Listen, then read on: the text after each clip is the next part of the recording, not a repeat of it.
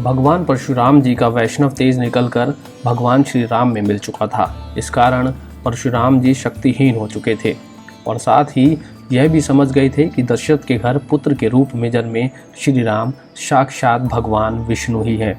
अतः वह बड़ी ही विनम्रता से भगवान श्री राम से बोले कि पूर्व काल में मैंने महर्षि कश्यप जी को जब यह पृथ्वी दान की थी, तब महर्षि कश्यप जी ने मुझसे ये कहा था कि तुम्हें मेरे इस राज्य यानी पृथ्वी पर नहीं रहना चाहिए। तभी से मैं अपने गुरु महर्षि कश्यप जी की आज्ञा का पालन करता हूँ, क्योंकि यह बात सर्वविदित है कि मैंने महर्षि कश्यप के सामने रात को इस पृथ्वी पर ना रहने की प्रतिज्ञा की थी। इसलिए आप मेरी इस गमन शक्ति को नष्ट ना करें। मैं अभी मन के समान वेग पर्वत पर चला जाऊंगा, परंतु मैंने अपनी तपस्या से जिन अनुपम लोकों पर विजय पाई है, उन्हें आप इस श्रेष्ठ बाण से नष्ट कर दें।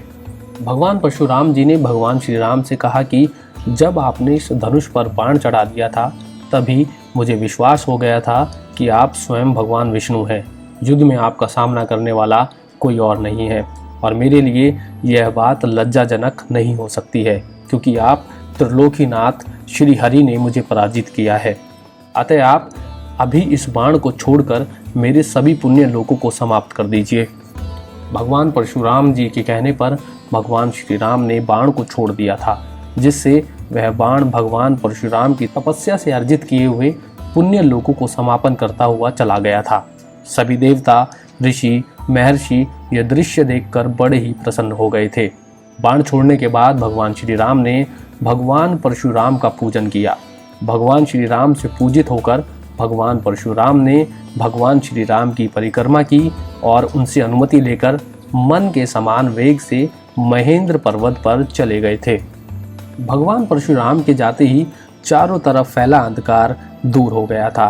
तब ऋषि सहित सभी देवताओं, नागों, यक्षों आदि ने भगवान श्री राम की प्रशंसा की थी।